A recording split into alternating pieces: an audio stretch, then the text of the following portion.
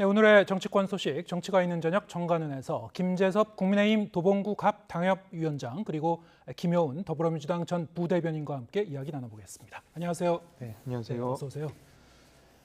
네, 이재명 대표의 체포동의안 표결 이제 사흘 앞으로 다가왔습니다만, 자 이게 무슨 시험을 앞두고 학생이 미리 이제 예상 시험 문제 계속 반복적으로 풀어보는 것 같습니다. 저희가 출연하시는 분마다 계속 이 투표 전망에 대해서 여쭤보고 있는데요. 물론 이제 결정은 의원 각자가 하겠습니다만 뭐 어떻게 지금 예상하고 계십니까? 표결? 이거는 근데 너무 쉬운 문제를 내주셔가지고 네. 그 시험 답은 정해진 것 같습니다. 부결. 네, 근데 표 차이가 문제겠죠? 표 차이가 문제일 텐데 저는 제법 표 차이가 날 거라고 생각합니다. 민주당의 이른바 비명계에 계신 분들 역시도 요번만큼은 그래도 부결로 가자라는 분위기가 뚜렷해 보입니다. 네. 그래서 저는 뭐 넉넉한 표로 이재명 대표의 체포동의안이 부결될 거라고는 생각을 하는데 네. 관전 포인트는 부결되는지 마는지 여부가 아니라 한동훈 장관이 체포동의안과 관련된 내용을 우리 국회에서 이렇게 저렇게 이야기를 하실 테고요. 거기에 대해서 이재명 대표가 신상 발언을 하실 거거든요. 이제 정말 빅매치가 되는 거죠. 그래서 저는 그 둘 사이에 어떤 공방들이 이어질까 그게 오히려 관심사고 부결은 넉넉하게 될 것 같습니다. 네, 넉넉한 차이로 부결이 될 것이다. 민주당 쪽에서도 물론 이제 자신을 하고 계신 거죠. 네, 부결은 될 텐데 아마 그 또 이탈하는 또 몇 분이 있을 것 같고요. 예. 이제 그게 몇 표 정도 예상하고 계십니까? 이탈표? 글쎄요. 그래서 그 결과에 따라서 나중에 어떤 해석이 나오겠죠. 뭐 네. 어떻게 만장일치로 100% 동의한다라는 거는 또 민주정당에서 또 어려운 부분이기 때문에 아마 이제 그런 향후에 부결된 이후에 이런 거에 대해서 또 여러 가지 평이 나올 텐데 지금 이제 민주당이 부결을 다 총의로 모았다. 그렇지만 약간 또 속내는 다르지 않겠습니까? 뭐 조홍천 의원이 정리를 잘 했던데요. 그러니까 부결을 결정했다. 그렇지만 이 부결의 의미에는 그 다음에 이재명 대표가 뭔가 좀 행동을 앞으로 해야 되지 않느냐. 예. 그런 어떤 조건부 부결을 또 말씀하시는 일부 분들이 있고요. 또 두 번째 기류로는 그냥 정말 이 검찰이 이렇게 허술하게 영장을 하고 앞으로 계속 이걸 가지고 민주당을 공격할 텐데 뭐 차라리 좀 당당하게 이재명 대표가 나가서 맞서는 게 좋지 않겠냐 이런 의견도 있고요.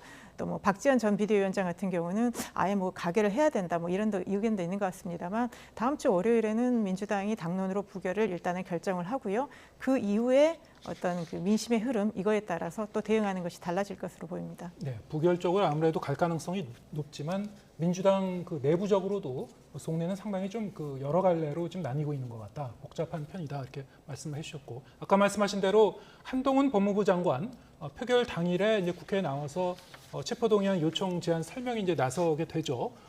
그리고 또 이재명 대표도 이제 신상 발언을 준비하고 있는 것 같은데요.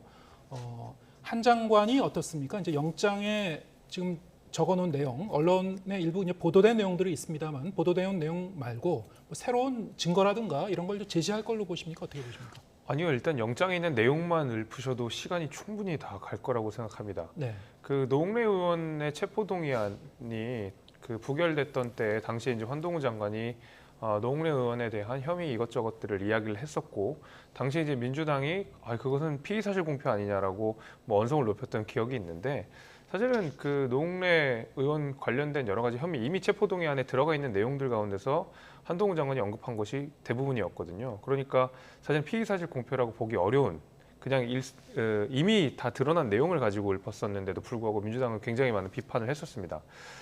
여하튼 이번 건 같은 경우에는 노웅래 의원과도 또 많이 다르게 그 민주당의 대표이기도 하고 또 이재명 대표에 대한 혐의가 한두 가지가 아니고 수사 자료도 굉장히 방대한 만큼 뭐 일일이 다 읊진 못하겠지만은 그래도 최소한 중요한 정보들은 그 가운데서 이야기를 하실 것 같고요.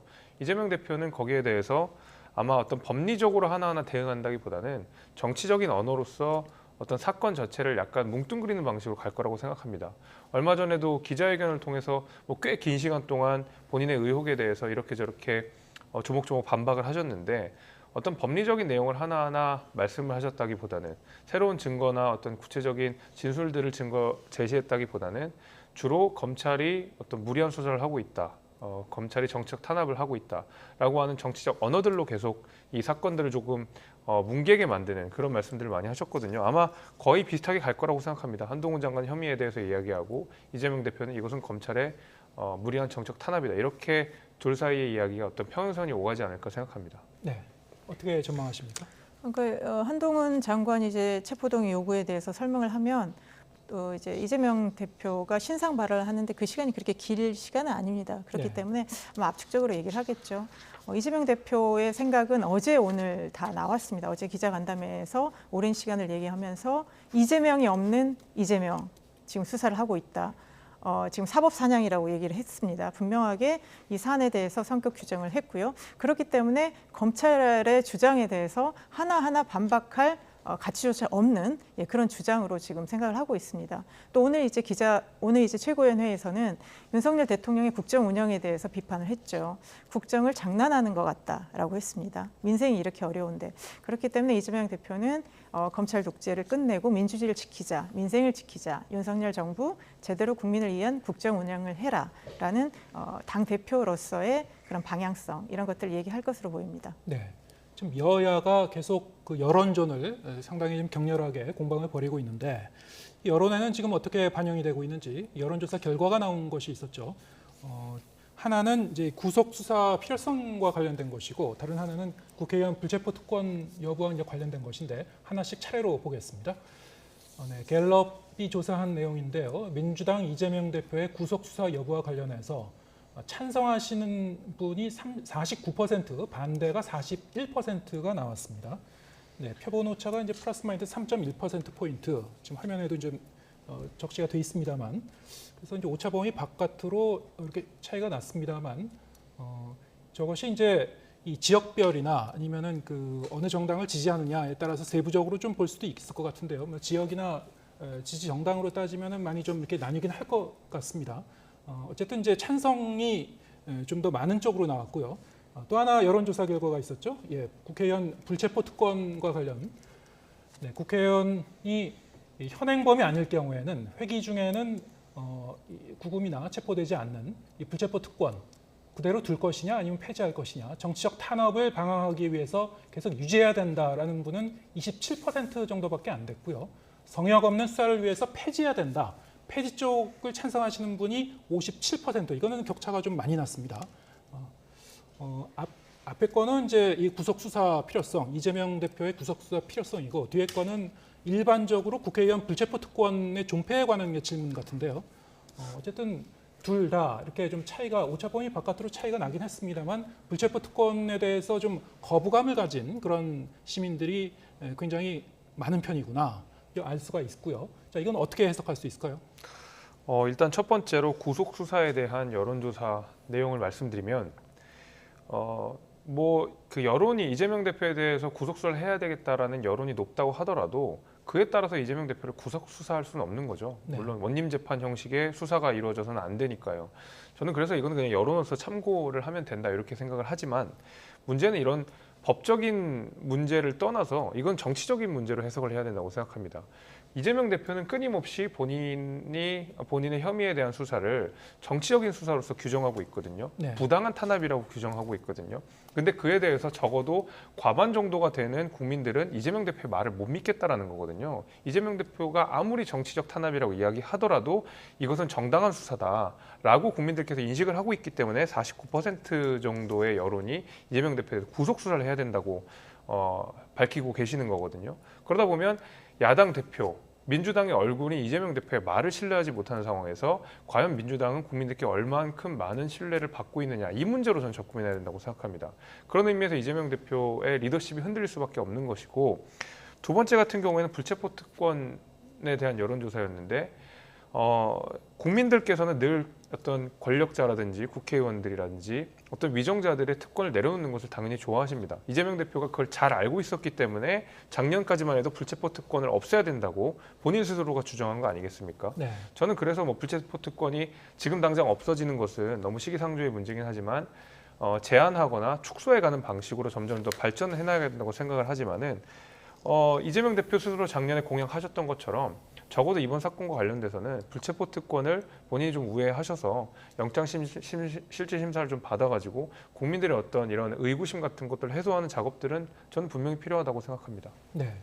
아마 이제 과거에도 저 불체포 특권을 계속 존속을 시켜야 되는지 폐지해야 되는지 유사한 여론조사나 국회 차원에서도 저런 그 조사를 여론조사를 한 적이 있었던 걸로 제가 기억합니다만 항상 이제 이 폐지 쪽을 원하는 그 여론이 좀 더 높았던 걸로 기억합니다. 이제 과거와 비교해서 좀 격차가 줄어든 건지 아니면은 줄어들었다면 어느 정도 줄어든 건지 아니면 비슷한지 이거 좀 더 따져봐야 되겠습니다만 아까 말씀하신 대로 국회의원은 이제 불체포 특권에 대해서는 좀 거부감을 가진 그런 남용에 대해서 좀 경계감을 가진 그런 의견들이 좀 있었고 하지만 이번 사안에 대해서 우리가 어떻게 적용해 볼 것인가 어떻게 보십니까?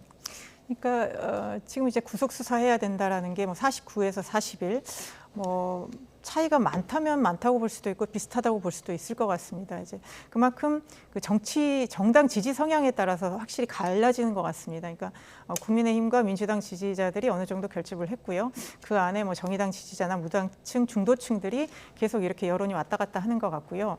이 불체포 특권은 이번에 훨씬 이슈화가 되었지만 과거부터 이거는 과거의 유산이라로 문제 제기가 있었고 예. 단어라는 특권에서 들려지는 그 단어에 굉장히 부정적 의미가 있지 않습니까? 그리고 지금은 공정이 강조되는 시대고 국회의원이 가뜩이나 특권이 많은데 왜 이런 불체포 특권까지 향유해야 되느냐 이런 데 문제 제기가 있었고 이번에 정의당 같은 경우도 체포동의안과 관련해서 불체포 특권이 없어져야 된다는 것을 강하게 여론을 또 이렇게 주장을 했기 때문에 앞으로 이 문제는 헌법 개정의 문제 이거에 있어서 상당히 진지하게 논의가 되고 이런 것들이 폐지되면서 전반적으로 국회의원들의 어떤 특권 내려놓기 이런 것들이 옛날부터 계속 얘기가 나왔습니다. 그런데 이제 어떤 불체포 특권을 내려놓음으로 인해서 뭔가 특권 내려놓기의 어떤 가시적인 이런 성과들 이런 것들이 아마 국민들이 요구하고 그런 방향으로 흘러가지 않을까 싶습니다. 네, 말씀하신 대로 이제 이 불체포 특권과 관련해서는 헌법 44조에서 규정을 하고 있는 내용이어서요. 이거를 이제 좀 바꾸려면은 이제 헌법을 개정해야 되는 그런 사안이기도 하고요. 애초에 이것이 의원들의 어떤 자주성을 보장하는 차원에서 어떤 그 기본적인 법의 정신을 좀 생각해 보긴 해야 되겠죠. 네, 삼권 분리를 위한 그런 어떤 그 기본적인 취지가 있기 때문에 하지만 이번 사안에 대해서는 과연 어떻게 볼 것이냐. 일단 여론이 굉장히 좀 중요한 이유는 앞으로 표결 이후에 민주당도 이 당 지지율이라든가 여러 가지 이제 여론의 추이를 상당히 좀 신경 쓰고 주시할 수밖에 없을 것 같은데요. 지금 여러 가지 얘기가 나고 있죠. 부결 이후에라도 대표의 어떤 거취 문제가 다시 한번 제기될 수도 있는 것이고 오늘 이제 비명계 의원뿐만이 아니고 친명계의 좌장이라고 할 수 있는 정성호 의원이 내년 총선을 앞두고 이 대표가 어떤 결단을 할 것이다. 뭐 이런 취지의 언급을 했었습니다. 좀 어떻게 보고 계십니까? 그러니까 이제 총선이 다가오면 정말 총선을 위해서 지금 뛰는 사람들은 정말 하루하루가 피가 말리는 그런 거죠. 네. 그리고 그게 직접적으로 보여지는 것이 정당 지지율입니다. 그런데 어쨌든 정당 지지율이 답보 상태에 있기 때문에 이게 반등의 뭔가 계기가 있어야 되는데 계속 이제 이재명 대표를 둘러싼 여러 가지 것들만 민주당의 모습이 보여지기 때문에 아마 이 부분에 이제 이게 계속 됐을 때는 아마 지역이나 이런 데서도 다른 요구가 있을 것 같습니다. 그래서 체포 동의안이 다음 주에 처음을 시작을 해서 이게 뭐 부결되는 것이 하나의 지금 그 일단락되는 사건이 아니라 이 일련의 긴 과정 중에 처음이 시작이지 않습니까? 지금 바다에 파도가 몰려오는데 첫 파도는 어쨌든 손을 맞잡고 한번 같이 뛰는 건데 네. 앞으로 다가올 그 파도가 어떤 강도로 어떤 높이로 어떻게 올지 전혀 예측할 수 없는 상황입니다. 그랬을 때는 뭐 이재명 대표의 거취 문제가 논의가 될 수 있을 것 같고요. 그리고 이제 당이 전반적으로 그러면 총선을 위해서 어떻게 가야 되는지 문제가 꼭 저는 이재명 대표의 거취 문제도 있겠지만 그러면 앞으로 민주당이 어떤 비전과 가치를 가지고 그리고 윤석열 정부의 저렇게 무능한 국정 운영을 어떻게 견제할 것인가 이런 어떤 민주당의 가치를 바로 세우는 작업이 동시에 이루어지면서 민주당 쇄신의 길 이런 것들이 함께 이루어졌을 때 다시 민주당이 어떤 지지를 회복할 수 있는 그래서 단지 이재명 대표의 개인 문제라는 게 한정되는 것이 아니라 전반적인 민주당의 길에 대해서 고민하고 논의하는 이런 과정들이 앞으로 있을 것으로 보여집니다. 네. 그러면은 이번 그 부결적으로 총의를 모았다는 민주당 의원들의 그 협의 그 결과 자체는 아까 말씀하신 대로 어떤 그 전제를 깔고 있는 것이다. 일단 부결한 다음에 그 다음에는 이제 좀 상황을 이제 봐야 될 것이다. 오늘 정성호 의원이 얘기한 그 발언은 정 의원 본인이 어떤 그 원론 차원의 그런 얘기였다고 다시 한번 설명을 하긴 했습니다만 당 대표의 이제 거취 문제를 포함해서 이후에 이제 총선 직전까지 가면은 일각에서는 뭐 여러 가지 시나리오가 나오고 있는 것 같습니다만 다 가능성을 두고 이제 가고 있는 것이군요.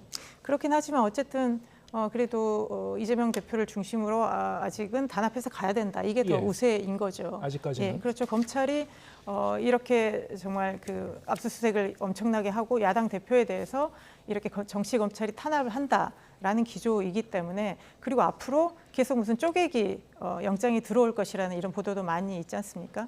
그렇기 때문에 일단 이재명 대표를 중심으로 단일 대우를 형성하되 그 과정에서 또 어떤 이재명 대표가 본인의 거취 문제랄지 여러 가지 것들을 또 함께 생각해 나가는 그런 것들이 같이 나올 수밖에 없는 그런 상황으로, 왜냐하면 상황 자체가 지금 민주당이 이거를 통제하거나 주도할 수 있는 상황이 아니기 때문에 예. 여러 가지 가능성들을 열어놓지만 그렇다고 이제 이게 확정된 어떤 안이 있다 이렇게 보여지기는 또 어려운 상황입니다. 예, 알겠습니다. 이번에 국민의힘 전당대회 상황도 좀 짚어보겠습니다. 김기현 후보의 울산 땅 시세 차익 의혹. 자, 이게 본인이 뭐 기자의 간담회를 통해서 해명도 하고 TV 토론에서도 반박을 하고 했지만은 다른 후보들이 계속 좀 공세를 취하고 있고요. 의혹을 계속 제기하고 있습니다. 자, 어떻게 보고 계신지요? 김기현 후보 입장에서는 조금 억울하긴 할 겁니다. 네. 왜냐하면 뭐 법리적으로는 문제가 없는 것이 사실일 것 같고요. 예. 문제는 과연 그러면 이것이 예를 들면 당시의 어떤 법적 지위라든지 본인이 가진 정치적 입지를 통해서 예를 들면 돈을 버는 수단으로 됐다라고 네. 하면 이제 문제가 될 수 있고 아마 그 부분을 다른 후보들이 지적을 하고 있는 것 같거든요. 그런데 이제 김기현 후보 같은 경우에는 2021년에 우리가 대선 국면에서 이재명 대표에 대한 대장동 의혹이 불거졌을 때 당시 민주당에서도 김기현 의원 이런 울산 땅 문제 관련해 TF를 만들어서 실제로 진상조사에 들어갔던 걸로 알려져 있습니다. 그렇다 그러면 2021년에 민주당 역시도 이 부분에 대해서 좀 검토를 해봤는데 특별한 문제점을 아직까지는 못 찾았던 걸로 보이고요. 네. 마찬가지로 문재인 정부 내에서 뭐 39번의 영장을 통해서도 무혐의가 입증이 됐다. 이런 면이 있기 때문에 김기현 후보 입장에서는 뭐 다소 억울할 수 있다고 생각합니다. 그 억울함을 호소하고 사실을 바로잡기 위해 기자회견까지도 한 것으로 저는 생각이 되고요. 그러나 이제 이런 생각도 듭니다. 지금 김기현 후보는 국민의힘에서 1위 주자거든요. 네. 굉장히 그 오차범위 훌쩍 넘은 1위 주자이고 지금 상황이라 그러면 당대표가 될 가능성이 가장 높은데 그렇다 그러면 총선을 우리가 갔을 때 이재명 대표 체제라는 전제 아래 이재명 대표에 대한 지금 사법 리스크 특히 그 가운데서 뭐 대장동, 위례, 백현동 땅 문제가 가장 크게 지금 불거지고 있는 상황이거든요. 자칫 이렇게 되면 이재명 대표에 대한 어떤 그 사법 리스크가 여당에서 물타기가 될 수 있다. 이런 우려는 분명히 있는 것 같습니다. 네. 저는 이제 그런 의미에서 다른 후보들이 이 문제를 지적하는 것은 그럴 수 있다라고 생각이 되고요. 이렇게 된 이상 저는 예방주사 차원에서 앞으로 남을 총선, 그다음에 이재명 대표에 대한 공격 포인트를 날카롭게 하기 위해서라도 김기현 후보가 예를 들면 법적으로는 문제가 없었더라도 뭐 정치적으로나 아니면 당시 상황들을 전반적으로 잘 짚어주셔서 이 의혹들을 다 털고 가는 것이 장기적으로 국민의힘과 어떤 이 전당대회 자체를 건강하게 만드는 방식이 아닐까라고 생각합니다. 네, 법적인 문제뿐만이 아니고 말하자면은 좀 더 넓은 견제에서 네. 그 이해 충돌까지 이제 포함하는 그런 네. 문제라는 말씀이시죠? 어떻게 보고 계십니까? 오늘 이제 민주당은 그 김기현 의원 땅 투기 의혹 진상조사단을 오늘 구성을 했습니다. 단장이 이제 황운하 의원인데요. 울산에 또 악연이 계속 이제 이어진 거죠. 그러니까 네. 민주당은 명확한 거죠. 김기현 후보가 당시의 권력을 이용해서 KTX 노선을 유리하게 변경을 했다. 그리고 그걸 대가로 박맹우 울산시장한테 지역구를 물려줬다. 그리고 실제 1,800배의 시세 차익을 봤다라는 거거든요. 그렇기 때문에 이거에 대해서 다시 진상조사를 하겠다. 그래서 황운하 단장, 그다음에 양희원영 부단장으로 진상조사단 구성을 했습니다. 이거는 이제 2018년에도 문제가 됐었고요. 그게 이제 황운하 울산지방검찰청장 시절에 청와대 하명수사까지 이렇게 갔는데 지금 이제 재판도 진행이 되고 있습니다. 그래서 결국 김기현 후보의 이 문제가 당내에서 제기가 됐고요. 지금 1대3으로 지금 국민의힘 전당대회에 이슈가 다른 게 하나도 없습니다. 그래서 김기현 의원 지금 땅 문제로 가고 있거든요. 심지어 그 안에서 울산의 이재명이라는 그런 딱지까지 붙였습니다. 그럴 때 김기현 후보가 이게 무슨 소리냐, 내부 총질이나 하는 거냐, 나 기분 나쁘다 이런 식으로만 얘기를 하고 있는데요. 이거는 명명백백하게 털어야지 안에서도 해결이 되는 것이고요. 민주당 차원에서는 이거에 대해서 앞으로 정말 날카롭게 검증을 할 수밖에 없습니다. 그래서 김기현 후보가 정말 명명백백 항상 그렇게 얘기하지 않습니까? 하늘을 향해 우러러 한 점 부끄러움이 없이 살아왔다면 그 부끄러움이 없다는 것도 국민들 앞에 보여줘야 된다. 예, 그렇게 생각합니다. 네, 민주당이 진상조사단장을 황운하 의원으로 정했는데 말씀하셨다시피 황 의원은 이 김기현 의원과 상당히 좀 악연이 있는 그런 인물로 이제 꼽히죠. 지금 이제 울산시장 선거 개입 의혹 관련해서 재판이 좀 진행 중인 상황입니다. 예. 그런데 이제 이 진상조사단장까지 맡아가지고 이게 좀 상황이 좀 묘하게 되긴 했는데 어떻게 보고 계신지요? 뭐 일부러 그렇게 한 것이겠죠. 예. 근데 글쎄요, 뭐 저는 김기현 의원이 이 의혹에 대해서 털고 나가야 된다는 생각에는 변함이 없지만 그 의혹을 민주당이 밝혀낼 수 있을 거라고 생각하지는 않습니다. 2021년에도 이미 TF를 만들었고 끊임없이 뭐 그 진상 조사를 했는데 결국 아무것도 못하고 결국 이 대선을 대장동 국면으로 치르지 않았습니까? 전혀 어떤 공격 포인트가 없었다 이렇게 봐도 무관할 정도인데요. 정치적으로 황운하 의원을 앉혀서 뭔가 김기현 의원에 대해서 맹공을 펼치고 싶은 마음은 알겠습니다만은 우리가 그 단장만 황운하 의원을 해놓는다고 해서 단장만 김기현 의원과 악연이 있는 사람을 했다고 해서 진상조사가 잘 이루어지는 건 아니거든요. 그래서 뭐 최선을 다하시겠지만 아마 좋은 결과는 못 넣지 않을까라고 생각이 듭니다. 네. 지금 전당대회 3월 8일까지 좀 시간이 좀 남아있긴 합니다만 거의 이제 막바지 단계로 들어가고 있는 거죠. 남은 기간 동안 그러면은 선두를 달리고 있는 후보가 과연 이런 여러 가지 의혹을 불식시키고 굳히기에 들어갈지 아니면 다른 세 후보의 거센 이제 공세로 인해서 좀 어떤 다른 변수가 생길 수 있을지 어떻게 전망하시는지요? 막바지 변수. 유일한 지금 변수라고 보면은 제 생각에는 이 땅 투기 의혹 자체가 막 지지율을 급격하게 하락시키거나 상승시킬 것 같지는 않고요. 네. 오히려 결선 투표를 간다는 전제 아래에 천하람 후보가 2위로 가서 결선 투표를 하는 경우에는 굉장히 박진감 넘치는 방식으로 갈 수 있다고 생각합니다. 지금 대개 안철수 후보가 주로 2위로 나오는 여론조사들이 조금 많은 것 같은데 예. 천하람 후보의 기세가 또 심상치가 않거든요.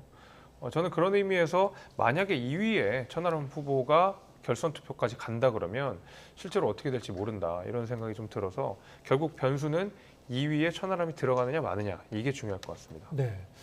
이 며칠 사이에는 뭐 여러 가지 전망이 나오고 있습니다만 결선 투표까지 안 가고 1차 투표에서 매듭을 질 가능성도 없지 않아 있다 이렇게 전망하시는 분도 있고요. 아니면 결선 투표까지 봐야 된다 보시는 분도 있고. 그러니까 지금 있는 데이터만 가지고 네. 생각한다 그러면 결선 투표를 갈 가능성이 갈 높다고 가능성이 보죠. 높다고 왜냐하면 보십니까? 김기현 의원의 지지율이 대개 이제 40% 초중반에서 계속 예. 이 머물러 있는 상황이기 때문에 50%가 훌쩍 넘지 않으면 예. 결선 투표를 가지 못하는 상황이니까 갈 수밖에 없는 상황이니까 예. 아무래도 간다는 전제 아래에 이 전당대회를 지켜보는 것이 조금 더 맞지 않을까 생각합니다. 민주당 쪽에서는 어떻게 보고 글쎄요, 계십니까? 저는 저 개인적으로는 결선 투표가 없을 것 같다는 생각이 듭니다. 예. 왜냐하면 지금 국민의힘의 당내 역동성은 전혀 없거든요. 그걸로 봤을 때는 뭔가 당에서 활발하게 논의가 되고 역동적일 때 서로 이렇게 뒤집기도 이렇게 할 텐데 지금 이제 약간 관망세가 있어서 김기현 후보가 과반을 넘는 여론조사가 안 나왔지만